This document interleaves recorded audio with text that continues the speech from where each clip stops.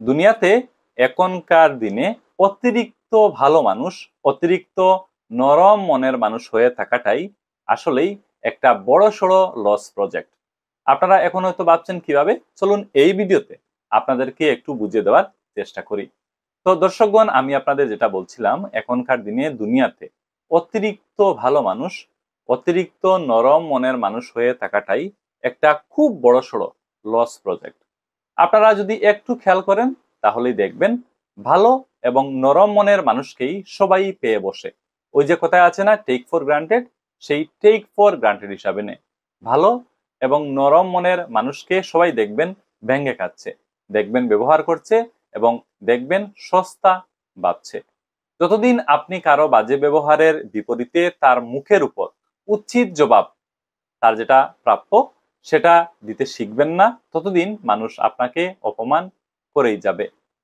যদি কেউ আপনার সাথে বাজে কথা বলে, যদি বাজে শব্দ প্রয়োগ করে আপনার উদ্দেশ্যে, এবং সর্বোপরি যদি কেউ আপনার সাথে বাজে ব্যবহার করে, এই ক্ষেত্রে এমন অবস্থায় আপনি অতিরিক্ত ভালো মানুষ, অতিরিক্ত নরম মনের মানুষ সেজে বসে থাকবেন না। সেই বাজে ভাষা ব্যবহারকারী, সেই বাজে ব্যবহারকারী মানুষটিকে তার যে উচিত পাওনা সেটা বুঝিয়ে দিতে ভুলবেন না। তার সেই উচিত পাওনা কখনোই পেন্ডিং রাখা উচিত না। তাকে তার যোগ্য ভাষায় জবাব দেওয়াটাই কিন্তু শ্রেয়। আজকে আপনার কাছ থেকে পার পেয়ে গেলে তার আরো সাহস বাড়বে এবং দেখবেন কালকে আবারও এসে আপনার সাথে বাজে ভাষায় কথা বলছে এবং দেখবেন বাজে ব্যবহার করছে। তখন আপনার নিজের যে মানসিক যন্ত্রণা, সেই মানসিক যন্ত্রণার জন্য একমাত্র নিজেই দায়ী থাকবেন। স্ট্রেইট ফরওয়ার্ড হন এবং হতে হবে স্পষ্টবাদী, স্পষ্ট ভাষায় কথা বলতে হবে। কেউ আপনাকে হয়তো বলবে আপনি রুড, কেউ আপনাকে হয়তো বলতে পারে আপনি অ্যারোগ্যান্ট, এবং কেউ হয়তো বলবে আপনি একজন বেয়াদব।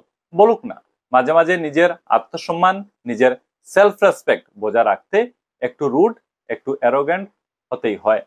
পৃথিবীর সব কিছুর সাথে আপোষ চলে, পৃথিবীর সব কিছুর সাথে কম্প্রোমাইজ করে নেওয়া যায়, কিন্তু কথা যখন উঠে আত্মসম্মানের, সেলফ রেসপেক্টের, তখন আপোষ করা চলে না, তখন কম্প্রোমাইজ করা খাটে না।